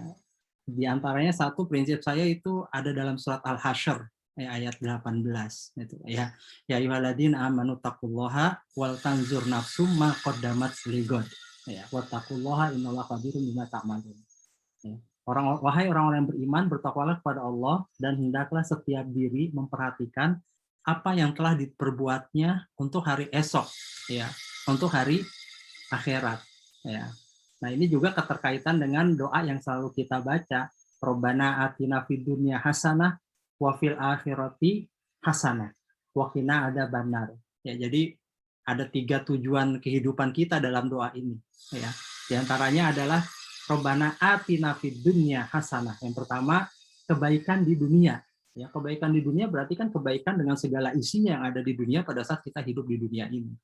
Wa fil akhirati hasanah. Ya, tujuan yang kedua adalah di akhirat juga baik, mendapatkan kebaikan di akhirat dari kehidupan di dunia kita. Ya. Wa qina adzabannar. Ya, dan pada akhirnya kita terbebas dari api neraka. Ini jadi motivasi ya, bagaimana kita bisa hidup baik juga di dunia itu. Kemudian yang menjadi motivasi juga tadi surat An-Nisa yang dibacakan oleh qori kita di awal ya, kita hendaklah takut kepada Allah ya, seandainya meninggalkan di belakang kita anak-anak yang lemah akidahnya, lemah ilmunya, ya termasuk lemah finansialnya. Nah ini harus kita persiapkan. Dan yang menjadi motivasi saya juga tadi kisah Nabi Yusuf ya, bagaimana beliau mempersiapkan masa paceklik ya, sebelum datangnya masa paceklik ya, sebelum datangnya masa kemarau yang akan menghabiskan seluruh seluruh sendi-sendi kehidupan ya, seluruh perekonomian bangsa pada saat itu, seluruh apa yang sudah dimiliki oleh rakyat pada saat itu. Dan mungkin implementasinya saat ini terasa ya, kita di masa pandemi ini bagaimana orang kemudian PHK, banyak PHK ya, kita sangat prihatin sekali gitu. Kemudian penghasilan juga nggak ada gitu ya. Nah sebenarnya ini kan masa-masa yang sudah diprediksi ya oleh Allah dalam Al-Quran melalui kisah Nabi Yusuf tadi itu. Nah ini bagaimana kita bisa mempersiapkan. Nah itu mungkin Kak Erina yang menjadi motivasi saya ya, kenapa harus merancang keuangan keluarga ya dalam segala bentuknya nanti ya, dalam segala bentuknya dalam portofolio perencanaan keuangan tadi ya. Tadi Bu Sri juga sudah mengatakan banyak macamnya. Nah, mungkin nanti ini bisa lebih kita gali lagi dalam bentuk workshop ya, menyusun portofolio keuangan keluarga. Oh, ini saya rasa cakep sekali nanti kalau bisa dilakukan. Itu Kak Erina. Masya Allah ya, motivasinya itu semua ada di dalam Al-Quran ya Pak ya. Iya, karena itu kan jadi sumber ya, sumber buat kita ya. Sumber ya. Walaupun kemudian ada hadis-hadis lain yang menjelaskan ya, seperti misalkan hiduplah kamu di dunia seperti apa seolah kamu hidup selama-lamanya ya, tapi persiapkan akhirat seolah-olah kamu akan mati esok. Nah, itu juga kan bagian bagaimana kita sebagai seorang muslim, sebagai khalifah ini juga selain urusan ukhrawi kepada Allah, tapi urusan duniawi kita juga harus top karena kita adalah khalifah ya. Jadi jangan sampai kita cuma ke vertikal aja Pak ya. Iya betul, terkait perencanaan kemuamalahnya itu harus jalan ya. Iya. Nah, tadi terkait ke ilmu dasarnya itu kan tadi Bu Dede sudah sampaikan ya, ada beberapa pilihan investasi dan sebagainya. Boleh sharing seperti apa? Gimana Bu Erina? Mohon maaf keputus-putus tadi. Halo, Pak. Ya, gimana Bu Erina? Tadi kan Bu Dede tadi kan sudah menyebutkan ya beberapa bagaimana kita dalam melakukan perencanaan ya dari sisi ilmu dasar ya. Iya. Boleh sharing contoh dari Bapak gitu ya, untuk di keluarga ini implementasinya itu Bapak seperti apa? Dan contoh investasi Bapak yang sudah pernah Bapak lakukan seperti apa? Boleh sharing kita gitu. Iya. Jadi terima kasih Kak Rina. Jadi saya coba ini ya membagi menjadi dua besaran gitu ya. Dua besaran untuk perencanaan keuangan ini ya, untuk mengimplementasikan perencanaan keuangan ini, yaitu perencanaan keuangan yang nantinya bisa dipakai kita pada saat kita masih hidup gitu ya. Jadi bisa nilai manfaatnya dirasakan pada saat kita masih hidup gitu ya. Yang pertama. Kemudian yang kedua, nilai ke finansial atau nilai keuangan atau dari harta kita yang nanti bisa kita manfaatkan pada saat kita sudah wafat. Jadi implementasinya itu terbagi menjadi dua besaran gitu.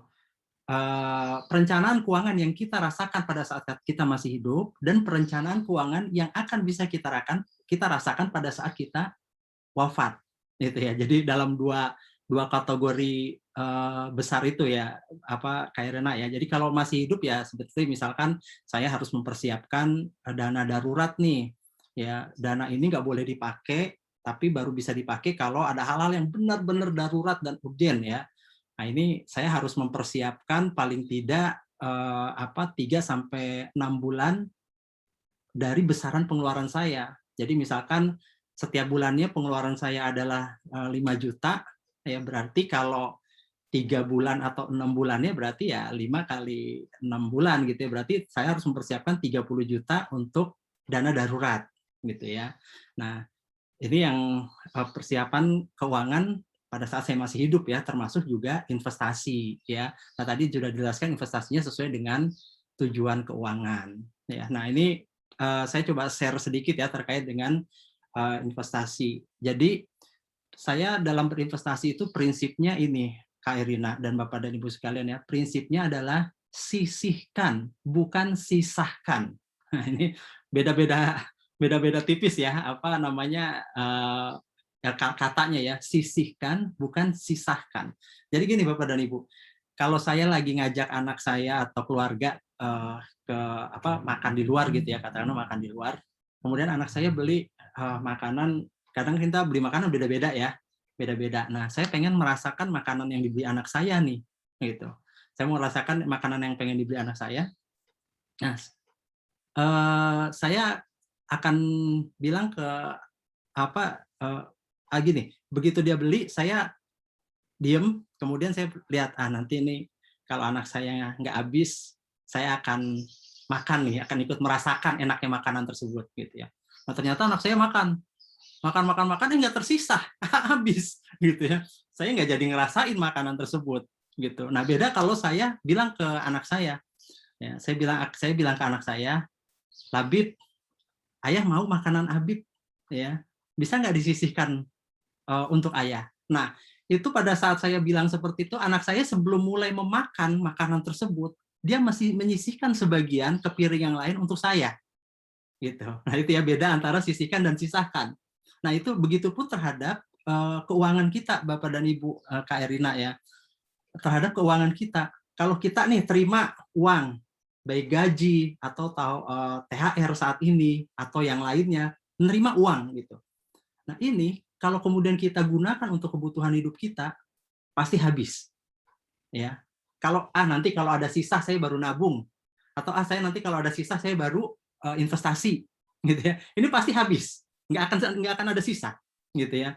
Tapi kalau kemudian kita prinsipnya adalah sisihkan, maka pada saat kita menerima, kemudian sebelum saya menggunakan ini semua untuk kebutuhan hidup saya sisihkan 10%. Ya, saya sisihkan 20% misalkan ya, berapapun sesuai dengan karakteristik Bapak dan Ibu sekalian ya, saya sisihkan. Baik untuk investasi, infak dan segala macam, baru selebihnya untuk konsumsi kita, untuk kebutuhan hidup kita. Nah, itu prinsip saya dalam melakukan investasi. Dan juga pada saat melakukan investasi, biasanya kan ada faktor risiko ya Bapak dan Ibu. Kita jangan lihat enaknya saja investasi, misalkan ya wah imbal hasilnya besar gitu ya, tapi nggak melihat faktor risikonya gitu. Jadi tetap harus memperhatikan juga faktor risiko gitu ya. Saya pernah naruh investasi di investasi ya, kemudian tapi ternyata ya tadi yang dijelaskan Bu Dede, perusahaannya nggak bagus, manajemennya berantakan, akhirnya uangnya hilang begitu saja gitu ya. Jadi memang harus benar-benar memilih ya. Kalau saya pribadi dalam mengatur keuangan keluarga kami ya, pertama saya akan menentukan tujuan keuangan ya. Jadi kalau untuk sekolah anak ya, misalkan ada yang mau masuk SD atau nanti 5 tahun lagi masuk SMP atau 7 tahun lagi dia SMA atau 10 tahun lagi dia kuliah gitu ya. Maka saya biasanya memasukkannya ke reksadana gitu ya. Gimana caranya? Nabung rutin. Jadi tadi itu setiap penghasilan yang saya dapat ini untuk nabung reksadana. Dan itu alhamdulillah saya sudah merasakan dengan menabung seperti itu ya, pada saat kebutuhan anak pada saat akan terjadi kebutuhan ya, anak sekolah masuk, saya cairkan itu bisa untuk membayar uang sekolah. Beda dengan kalau tabungan ini ya Bapak Ibu ya, kalau tabungan di bank ya. Kalau tabungan di bank kan mungkin bagi hasilnya kecil, tapi kalau reksadana kan lumayan gitu ya, bisa sampai 7% misalkan ya. Itu. Nah, kemudian misalkan saya juga pernah melakukan tujuan keuangan untuk beli mobil. Saya nggak langsung beli mobil saat itu, tapi saya nabung dulu emas, gitu ya. Nabung emas, beli emas, saya beli logam mulia, gitu ya. Nanti setelah terkumpul cukup, ya baru untuk beli mobil, gitu ya. Nah, termasuk saat ini saya juga berinvestasi di saham. Nah, kalau di saham ini saya untuk jangka panjang dan jangka pendek. Ya, jangka panjangnya untuk pensiun, ya, dengan cara nabung saham. Ya, saya cicil aja beli saham. Saya pilih perusahaan yang menurut saya bagus, ya, dari perusahaan fundamentalnya bagus, dan dia membagikan dividen yang rutin setiap tahunnya. Di samping saya mendapatkan dividen, nanti saya ada mendapatkan keuntungan capital gain ya, selisih harga dari saya beli, kemudian nanti pada saat saya jual. Nah, ini juga saham ini walaupun high risk ya, tinggi resikonya, tapi ininya hasilnya lebih tinggi juga ketimbang reksadana maupun emas. Dan saya ada rencana saham ini akan jadi penghasilan harian atau bahkan bulanan saya ke depannya, mudah-mudahan bisa pensiun gitu ya. Nah, itu beberapa instrumen yang saya pakai. Itu mungkin Kak Erina.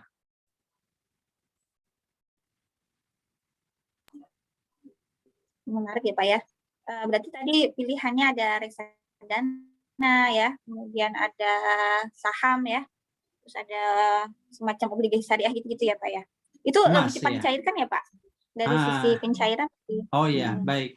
Nah, ini juga penting ya Bapak dan Ibu, dalam kita melakukan investasi ya, kita harus paling tidak memperhatikan 3 hal nih pada saat kita mau menginvestasikan uang kita. Harus perhatikan 3 hal. Yang pertama, pokok investasinya aman. Jadi jangan sampai kita misalkan naruh uang 100 juta. nggak berkembang, malah 100 jutanya hilang. Nah, ini harus diantisipasi ya, karena berbagai macam faktor tadi ya, entah perusahaannya, manajemen yang nggak beres, segala macam. Kemudian yang kedua, imbal hasilnya maksimal gitu ya, atau imbal hasilnya nyaman lah gitu ya, artinya nyaman sesuai dengan rencana keuangan kita tadi ya, karena kan imbal hasil reksadana dengan emas dengan saham berbeda. Kalau Bapak dan Ibu mau imbal hasil yang besar sampai 20% setahun misalkan, itu di saham bisa, bahkan bisa sampai 50% ya. Tahun lalu saya di saham bisa sampai 70% ya imbal hasilnya gitu ya. Tapi ini resiko tinggi ya Bapak Ibu ya, resiko tinggi. Kemudian yang ketiga nih Kak Erina, selain tadi perhatikan pokok investasinya harus aman ya, kemudian imbal hasilnya nyaman bagi kita, kemudian yang ketiga liquid. Nah, tadi yang disampaikan Kak Erina. Jadi harus pada saat kita butuh itu bisa cepat kita cairkan. Ya, seperti misalkan rumah itu tumbuh nilainya tumbuh, tapi kadang kurang liquid. Kenapa kurang liquid? Karena kalau kita mau jual agak susah nyari penjualnya, ya gitu. Itu Kak Arina.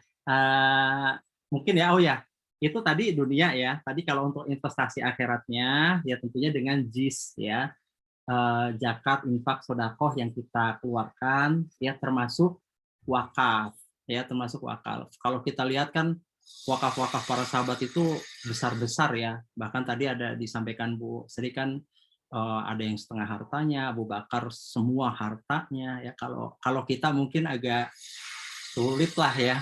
Nah, tapi kita bisa mensiasatinya dengan perencanaan keuangan ini ya. Kayak wakaf ini kan nanti amal jariah ya, amal yang akan terus mengalir pada saat kita sudah meninggal. Nah, ini bagian dari tadi yang saya sampaikan ya, yang tadi saya sampaikan bahwa investasi akhirat gitu ya.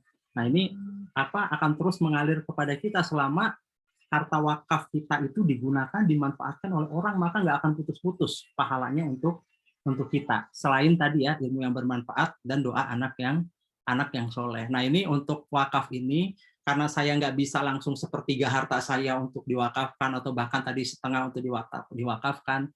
Saya modelnya nyicil juga Bu Erina. Jadi Kak Erina, jadi nabung juga nih ya. Nabung juga untuk proteksi keluarga. Ya, jadi saya menempatkan instrumen asuransi juga untuk manfaat dana kesejahteraan manfaat waris. Jadi insya Allah saya udah siap kalau saya meninggal, qadarullah, saya meninggal qadarullah, saya sudah siap mewariskan 1 miliar kepada keluarga saya, nanti sepertiga dari 1 miliar itu untuk wakaf saya. Gitu. Jadi enak kan ya kalau kita merencanakan, tapi kalau kita nggak merencanakan ini akan sulit. Gitu. Ya, itu Kak Irina. Ya. Kalau ini Pak, untuk prosentasenya itu ini bisa kita tahu nggak Pak? Bisa dibagi pengalaman persentase untuk reksadananya berapa misalkan, terus untuk wakafnya berapa gitu. Oh persentase pembagiannya ya? Dari 100% penghasilan Bapak misalkan ya, kalau boleh nih. Oh iya. Saya kepo juga, maksudnya berapa persennya buat ini gitu. Iya. Jadi salah satu prinsip saya juga penghasilan yang saya dapat itu harus habis 100%.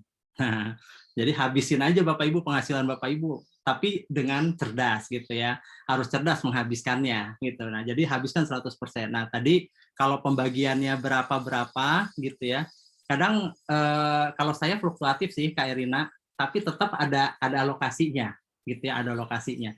Misalkan seperti zakat, infak, sedekah ya, kadang 10% itu udah kita alokasikan, kita kunci gitu ya.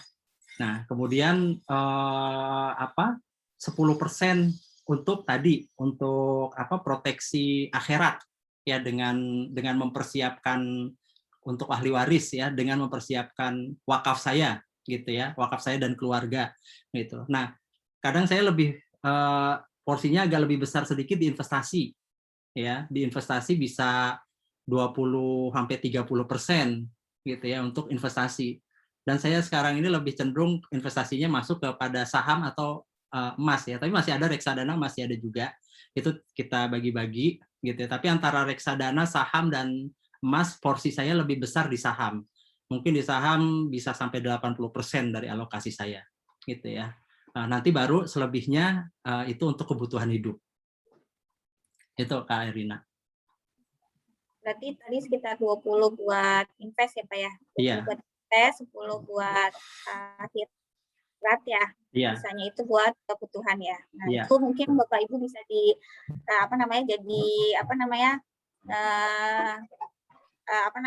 salah satu ini ya, salah satu contoh gitu ya.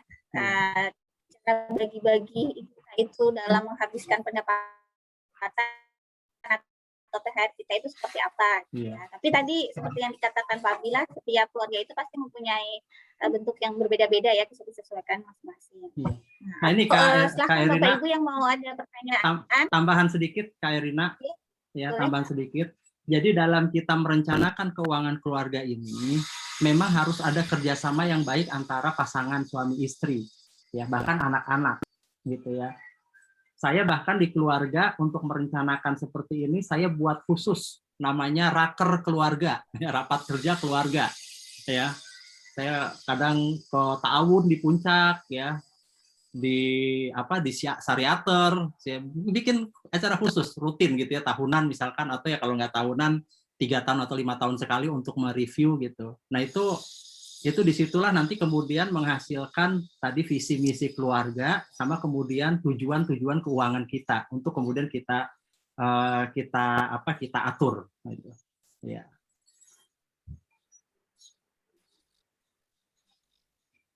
Ya. Inspirasi ini Pak buat raker ya, raker tahunan. Iya. Betul. Jadi lebih cepat buat sepakat ya untuk ini. Oke, Bapak Ibu semuanya ada yang mau ditanyakan silahkan. Nah ini udah ada di chat ya. Pertama dari Bu Yuri ya, Bu Yuri ini untuk istri. Berapa persenkah idealnya kita saving dari pendapatan kita Bu? Ya, suaranya kurang jelas. Oke, saya dari Bu Yuri Astuti Bu. Ini pertanyaan untuk Bu Dede, berapa persenkah idealnya kita saving dari pendapatan kita? Oke, saving ya Ibu-ibu. Ibu Yuri, terima kasih pertanyaannya Bu Yuri Astuti di Bekasi, sahabat saya juga nih ya, Pak Abdillah. Baik, untuk alokasi ya, itu sebenarnya tergantung dari besaran penghasilan kita ya, karena mungkin ada yang punya penghasilan sampai dengan 5 juta, ada yang berpenghasilan di atas 5 sampai 10 juta, ada juga yang berpenghasilan lebih dari 10 juta gitu ya. Nah, untuk yang rata-rata misalnya 5 sampai 10 juta per bulan ya, Ibu Yuri, kita bisa mengalokasikan pengelolaan dana kita itu ke dalam 3 bagian ya. Yang pertama untuk kebutuhan keperluan hidup living ya, namanya living. Ya, keperluan hidup ya, termasuk di dalamnya adalah cicilan rumah, cicilan mobil gitu ya, atau motor. Nah, itu sebanyak maksimal 60% gitu. Ya, kemudian 40%-nya gimana? Ya, kita kemudian bisa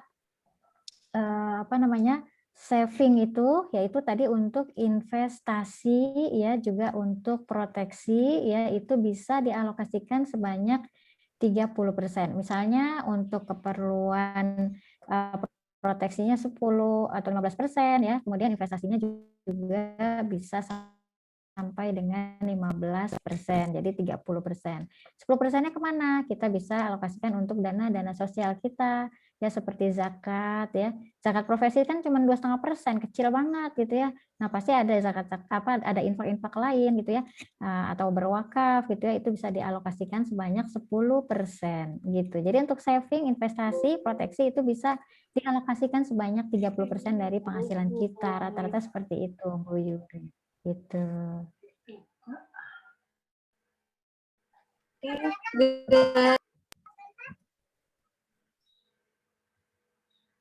Oke, Bu Yuri, ada yang mau ditambahkan? Bisa ditangkap ya untuk penjelasan tadi. Nah, berikutnya ada yang pertanyaan kedua, kalau penghasilannya pas-pasan untuk kebutuhan hidup bagaimana? Nah, ini mungkin bisa dijawab oleh Bu Dede maupun Pak ya, berbagi pengalaman. Oke, Ya nanti ditambahin sama Pak Abdillah ya, gimana prakteknya tuh ya. Tapi kalau kita penghasilannya pas-pasan untuk kehidupan hidup, Bu Betty ya, Bu Betty, terima kasih pertanyaannya. Jadi untuk penghasilan kita yang masih terbatas ya, kalau pas-pasan mah enak Bu Betty, penghasilan pas-pasan tuh gini, kita butuh uang sekolah anak, pas butuh pas ada gitu ya. Kita mau traveling pas butuh pas ada. Kita mau umroh pas butuh pas ada ya. Enak banget ya Kak Irina ya gitu. Tapi mungkin maksudnya Bu Betty adalah kalau penghasilan itu masih terbatas ya. Nah Bapak Ibu, selain kita harus untuk mengelola keuangan keluarga kita dengan alokasi yang tepat ya, maka kita juga harus berpikir bagaimana caranya mendapatkan penghasilan tambahan. Nah ini penting bagi bapak-bapak juga dan ibu-ibu ya yang kreatif dan inovatif, milenial kita di sini semuanya, ya maka berpikir untuk bagaimana caranya mendapatkan penghasilan tambahan ya. Tadi Pak Abdillah udah menyinggung juga tadi ya, ada penghasilan harian gitu ya, ada penghasilan mingguan, ada penghasilan bulanan, wah enak banget ya, ada penghasilan tahunan ya enak banget kalau kita bisa mengimplementasikan hal tersebut. Jadi harus kreatif. Apakah kita yang punya apa nih kemampuan atau kompetensi kita, misalnya kita bisa mengajar, selain kerja kita bisa mengajar, mungkin kita bisa mengajar di sela-sela waktu libur kita gitu ya, bisa mengajar, atau kita punya kemampuan untuk berbisnis atau berjualan ya, baik itu online maupun offline, misalnya kita punya kreasi produk-produk yang bisa kita jual gitu ya. Nah itu bisa ya, jadi gali makanya itu ya, milenial tuh harus banyak belajar ya. You earn what you learn. Semakin kita banyak belajar, maka semakin banyak pula produktivitas kita yang bermanfaat, dan insya Allah rezeki akan ngikutin gitu ya. Jadi jangan berpikir dulu uangnya gimana. Tapi coba kita banyak belajar ya, kita banyak mengasah kompetensi kita, nanti ketemu ya apa kompetensi yang bisa kita kembangkan gitu. Nah dari situ bahwa kita akan menghasilkan suatu benefit bagi orang lain ya. Kita kemudian kita bisa memberikan benefit itu ya, jadi kita merasa mungkin kalau jualan malu jualan gitu kan, nggak biasa jualan begitu, nggak bisa ngomong gitu ya. Nah kita pasang aja mindset kita ya, pertama you earn what you learn ya, kita akan mendapatkan penghasilan apapun ya, material non material gitu ya, terhadap apa yang kita kerjakan, karena dengan itu kita bisa mengasah kompetensi kita dan semakin tahu apa sih yang bisa kita jadikan produktivitas kita. Nah dari situ kita berikan hasil-hasil kreativitas kita gitu ya, itu menjadi suatu produktivitas yang akan kita berikan berupa benefit. Jadi ketika kita jualan ya benefit ya, jadi nggak malu gitu ya, orang kita ngasih benefit kok gitu ya, mau jualan apa aja gitu ya, kita mau nolongin orang kok gitu, orang butuh apa, ini kita punya gitu ya. Nah jadi yang pasti kita harus menambah penghasilan kita ya dari hasil kreativitas kita ya, inovasi kita dalam menghasilkan karya-karya, dan itu harus kita gali ya, di mana sih kompetensi kita, maka itu kita harus banyak belajar gitu Bu Betty. Makasih. Terima kasih Bu Dede, luar biasa. Sama-sama Bu Betty. Terima kasih. Pak Abdillah mau menambahkan? Oke. Oh iya, sedikit aja mungkin tadi ya, penghasilan pas-pasan ya. Jadi memang ya agak sulit juga memang kalau penghasilan pas-pasan ini. Tapi insya Allah kalau selama kemauan masih ada, insya Allah bisa Bapak Ibu. Nanti Bapak Ibu bisa kalau misalkan kalau di perencanaan keuangan itu biasanya mereka ada punya tools namanya untuk mendiagnosa tingkat kesehatan keuangan keluarga gitu ya. Jadi sebenarnya nanti bisa Ibu Betty bisa men-checklist gitu ya. Kira-kira kebutuhan hidup yang selama ini dilakukan dengan penghasilan yang ada apa aja sih, ini gitu kan, A B C D E F G.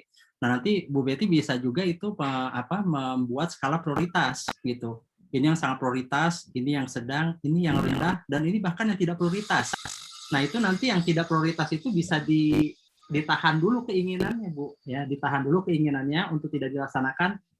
Ini tidak dulu gitu ya. Tadi untuk mensiasati penghasilan yang pas-pasan tadi. Dan insya Allah dengan begitu, dengan misalkan kita sudah ada diagnosa seperti itu, ada yang tidak prioritas gitu ya, atau bahkan yang ya tidak prioritas tadi kemudian kita keluarkan. Nah, itu alokasinya bisa kita gantikan untuk investasi. Sekarang ini investasi itu sudah sangat mudah kok Bu, baik reksadana ya, saham, emas atau segalanya bisa dengan cicil ya. Bahkan kalau Ibu mau nabung saham bisa Rp100.000 aja sudah bisa beli perusahaan loh Bu. Ya, sudah beli perusahaan yang bonafit gitu ya dengan uang Rp100.000. Nah itu mungkin bisa seperti itu ya. Jadi mendiagnosis dulu kebutuhan atau pengeluaran-pengeluaran kita dari penghasilan yang ada ini. Nanti yang tidak prioritas ya kita delete gitu dari daftar itu, kita ganti untuk menabung atau untuk berinvestasi. Terima kasih, itu mungkin Kak Erina. Ya, itu tadi ini ya, bisa di apa ya Bu ya, Bu Betty ya, semoga ini. Nah, kemudian akhir tadi yang di awal ya Bapak Ibu, berapa besar tabungan pensiun yang harus disimpan? Nah, ini bisa masuk kategori asuransi atau seperti apa? Ini tadi pertanyaan Mbak Dwi Rizka. Berapa? Oke. Ya, Mbak Dwi, terima kasih pertanyaannya. Berapa sih ya? Ini kembali lagi ya kepada jumlah penghasilan kita ya dan kebutuhan kita sebetulnya ya. Jadi yang tadi yang saya jelaskan untuk menjawab pertanyaan dari Bu Yuri ya, ini juga terkait nih dengan pertanyaan dari Mbak Dwi ya. Jadi apa namanya, kita bisa mengalokasikan ya entah itu 20 sampai 30% ya itu untuk baik untuk investasi. Ini di luar cicilan-cicilan utang kita ya, misalnya ada utang cicilan kendaraan, ada utang cicilan rumah gitu ya. Nah, maka yang bisa kita saving untuk berinvestasi, proteksi ya maupun dana pensiun itu ya bisa ya kira-kira 30% ya, plus minus tergantung dari kondisi keuangan Bapak Ibu semua ya. Jadi 30% itu bisa kita alokasikan ya, baik itu untuk penghasilan 10 juta berarti oh ya 50-60% itu ya untuk keperluan hidup gitu ya, sama cicilan yang masih ada gitu ya. Kemudian 3 jutanya 30% yaitu bisa kita alokasikan untuk berinvestasi ya, berinvestasi apakah tadi di reksadana, saham gitu ya, yang sudah belajar ya, yang sudah belajar saham bisa nanti. Kemudian kita alokasikan juga ya di dalam 30% itu untuk apa namanya tadi pensiun ya, misalnya ada dana pensiun yang kita tabung gitu ya, ataupun nanti dari situ kita akan kembangkan juga untuk proteksi Bapak Ibu. Dan yang menarik ya, sekarang ini tadi ya terkait dengan investasi dunia dan akhirat ya, DSN MUI, Dewan Syariah Nasional Majelis Ulama Indonesia kita ya, itu sudah mengeluarkan suatu fatwa yang menghalalkan sebuah produk yang namanya wakaf manfaat proteksi ya, wakaf manfaat waris ya, di fatwa MUI nomor 106. Bapak Ibu itu bisa cek ya fatwa MUI nomor 1 apa namanya yang memberikan penjelasan kepada kita tentang wakaf manfaat waris ya, wakaf manfaat proteksi. Nah, ini adalah salah satu instrumen Bapak Ibu ya yang bisa kita gunakan, dana bagi pemula. Kalau yang udah ada belajar itu bisa pakai proteksi 106 DSN MUI ini, yaitu wakaf manfaat waris. Nah, tadi yang Pak Abdillah itu juga sudah berikan tadi ya, bahwa Pak Abdillah ini ya qadarullah kalau misalnya kita meninggal, orang tua meninggal ya, Bapak Abdillah ataupun saya ya, kita sudah apa namanya sudah mempersiapkan gitu ya pahala pasif ya, pasif pahala yang akan dibawa ya, mudah-mudahan insya Allah akan dibawa hingga yaumul hisab ya. Nah, kemudian manfaat dari yang kedua dari instrumen ini adalah bagaimana kita setelah wafat nanti bisa memberikan gitu ya yang terbaik buat keluarga kita untuk menjaga agar tidak terlunta-lunta, agar tidak tergantung kepada orang lain, karena kita bisa mewariskan ya dari proteksi dana kesejahteraan gitu ya. Dan itu ya nggak bisa gitu ya, nggak ada yang bisa ya, ini fatwa MUI ya, tidak ada apa namanya instrumen ini tidak bisa dijalankan kecuali oleh perusahaan asuransi Bapak Ibu gitu ya. Jadi fatwa DSN MUI 106 ini memang memberikan landasan hukum ya bagi instrumen yang satu ini ya. Jadi apa ya Bapak Ibu? Jadi kita tuh merasa hidup tenang, wafat tenang gitu ya. Hidup tenang karena kita udah terkelola nih gitu ya, perencanaan-perencanaan keuangan kita. Kemudian wafat tenang. Kenapa wafat tenang? Tenang meninggalkan yang ada di dunia yang masih hidup berupa keluarga kita, istri kita ya, atau suami kita atau anak-anak kita. Juga wafat tenang ya, meninggalkan tadi ya dana kesejahteraan yang memadai, kemudian juga kita membawa pahala wakaf ya. Nah, gitu. Jadi hidup tenang, wafat tenang. Nah, ini ya para ulama kita di desain manfaat gitu ya Bapak Ibu, kita bisa belajar lagi ya, jadi nggak berhenti di salahnya. Bagaimana berinvestasi misalnya di reksadana ya, yang lebih secara teknis kita akan bahas melalui workshop gitu ya Pak Bila ya, Insya Allah gitu ya. Gitu ya Bapak Ibu, Kak Erina ya. Insya Allah ini udah lengkap banget ya Bapak Ibu semuanya atas penjelasan dari Bu Dede, Bu Sri ya, maupun Pak Abdillah. Sepertinya ini pertanyaan sudah ini ya. Ini karena sudah mau jam 3 ya, mungkin kita cukupkan hari ini ya. Jadi banyak hal yang bisa kita simpulkan ya dari penjelasan paparan dari Bu Sri, kemudian tadi beberapa contoh juga banyak yang disampaikan oleh Pak Abdillah ya, bahwa kita harus mempertimbangkan ada dana darurat, kemudian dana proteksi, investasi itu juga kita belah dua ya, nggak cuma investasi dunia tapi juga investasi akhirat ya. Nah kemudian juga prinsipnya itu kita sisihkan ya, bukan kita sisakan. Jadi supaya kita bisa secara bertahap bisa merealisasikan pengelolaan perencanaan keluarga kita, keuangan kita. Ya seperti itu ya. Mungkin terakhir ada closing statement dari Bu Dede dan Pak Abdillah. Pak Abdillah dulu deh. Iya, satu aja dari hadis Rasulullah kan ya, yang sesuatu yang tidak terputus itu adalah sedekah jariah, ilmu yang bermanfaat, dan doa anak yang soleh gitu ya. Nah ini dalam materi kita pada sore hari ini sedang membahas tentang sedekah jariah. Nah ini jadi investasi keuangan keluarga ya, manajemen keuangan keluarga ini dalam rangka untuk bagaimana kita sedekah jariah kita termasuk di dalamnya wakaf tadi ya, itu bisa kita kelola dari sejak dini. Itu saja Bu Kak Erina. Bu Dede. Iya. Ya terima kasih ya dari saya. Closing statement-nya mungkin ya, kita sebagai keluarga Muslim ya yang punya dominasi ya dalam kehidupan di negara kita ya, hendaknya memiliki preferensi yang pilihan-pilihan ya, perencanaan keuangan yang matang ya, yang bisa memberikan kebaikan dunia dan akhirat gitu ya. Jadi tidak hanya memikirkan dunia, namun visi kita harus sampai kepada akhirat gitu ya, harus sampai kepada akhirat. Dan satu buat kita bahwa investasi itu yang terbaik adalah berinvestasi pada diri kita sendiri ya. Jadi investasi kemana-mana tapi kita nggak pernah berinvestasi pada diri kita, ya udah nanti kita tertinggal ya, tertinggal pengetahuannya, tertinggal keterampilannya, tertinggal skillnya ya, tertinggal wawasannya ya. Padahal ketika kita berinvestasi pada diri kita, maka kita sesungguhnya meleverage atau meningkatkan kapasitas diri kita ya. Nah dengan meningkatkan kapasitas diri kita ya, insya Allah Bapak Ibu semua, yang namanya rizki ya berupa apa aja, bukan hanya uang ya, materi bukan gitu ya, tapi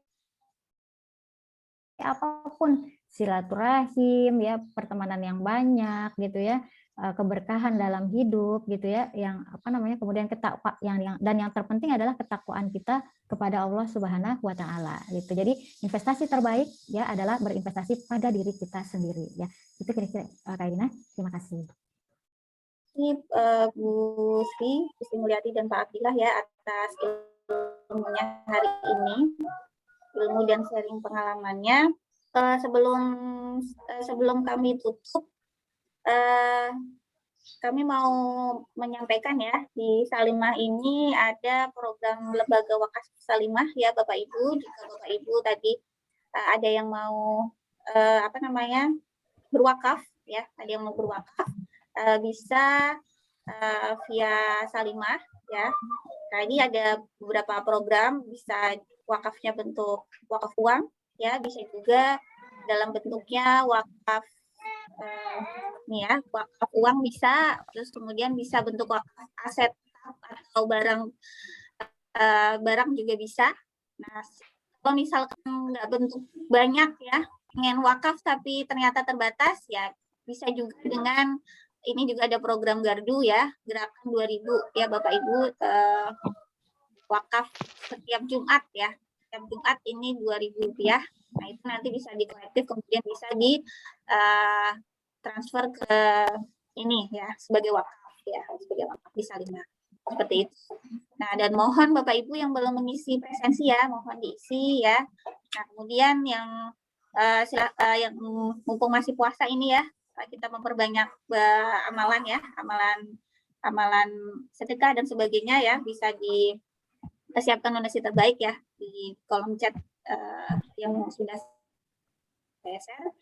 Nah, alhamdulillah materi hari ini ya sangat bermanfaat ya, daging semuanya ya Bapak Ibu semuanya, semoga bisa diambil manfaatnya dan semoga keberkahan bagi kita semua dan bisa menjadi gambaran lah ya untuk kedepannya kita itu seperti apa untuk mengelola keluarga. Yang memang sudah mengaplikasikan semoga menjadi lebih baik, yang belum semoga bisa memulai ya dari sekarang ya, sebelum tidak ada yang terlambat gitu ya. Kita bisa mulai dari sekarang yang belum memulai, nah yang sehingga kita bisa menjadi manusia terbaik ya. Kita bisa memiliki planning antara dunia kita maupun akhirat kita ya. Seperti yang tadi disampaikan Bu Dede ya, dunia kita tenang, meninggal pun kita juga bisa tenang seperti itu ya, karena kita sudah meninggalkan persiapan terbaik kita. Oke. Terima kasih Bapak Ibu semuanya atas partisipasinya, semoga bermanfaat. Kita tutup dengan bacaan hamdalah. Alhamdulillahirabbil alamin. Doa kafaratul majelis. Subhanakallahumma bihamdika asyhadu an la ilaha illa anta astaghfiruka wa atubu ilaik. Mohon maaf dari saya pribadi jika masih banyak kekurangan. Terima kasih. Wassalamualaikum warahmatullahi wabarakatuh. Waalaikumsalam warahmatullahi wabarakatuh. Terima kasih Kak Erina. Terima kasih teman-teman yang sudah hadir. Iya. Bu Terima Erina yang kasih. Sama-sama Bu. Dede. Terima kasih acara ini Bu Dede. Eva. Terima Erina. kasih edukasinya Mbak ya Aina. Masya Terima Allah. kasih Bu Sinta. Terima kasih Mbak Sukses ya. Betty. Terima kasih Bu Alida. Sama-sama, makasih. Kak Makasih, Erina. Pak Terima Bila. kasih Dokter Vera, Sama. Mbak Dwi. Makasih. Terima kasih Bu Eti. Terima kasih Pamit Pak ya Fatia, Bu Pak Dede, Fendri. Mbak Irina. Terima kasih Bu Eva. Sama-sama. Selamat Pak Abdillah malam. pamit. Ya, sama-sama Bu. Assalamualaikum. Terima kasih Terima kasih, banyak. Bu Eva. Waalaikumsalam warahmatullahi Sama. wabarakatuh. Assalamualaikum. Waalaikumsalam. Pamit Ustaz. Ya, Ya. Bu. Makasih Bu Terima kasih Yuri. Bu Yuri, Mbak Nadine, Mbak Lina, Mbak Hilwa, makasih Mbak Nur, Mbak Bu Tri, Wahyu Ningrum, Bu Tuti, Widya Stuti, Pak Dani, dan Mbak Dani Widiantari. Alumni juga ada nih Bu. Happy ya, Happy. Ya. Ya, Alhamdulillah. Masya Allah, terima kasih semuanya. Bu izin live ya. Assalamualaikum. Assalamualaikum Assalamualaikum warahmatullahi wabarakatuh. Izin live ya Bu Dede, Pak Abdillah. Bu Rina, Ya, rekamannya ya Bu sama-sama Rina. Bu. Makasih Ya, banyak. boleh. Tadi ada yang Bu rekam Rina. juga kan Pak Abdillah ya? Iya, saya ngerekam juga Bu. Oh sudah, iya. Makasih banyak Bu Rina. Dimatikan, saya udah dimatikan Makasih dari Bu tadi. Fenti. Mangga. Sama-sama Bu Fenti, makasih banyak. Ya. Pamit ya, Assalamualaikum. Waalaikumsalam Waalaikumsalam warahmatullahi wabarakatuh.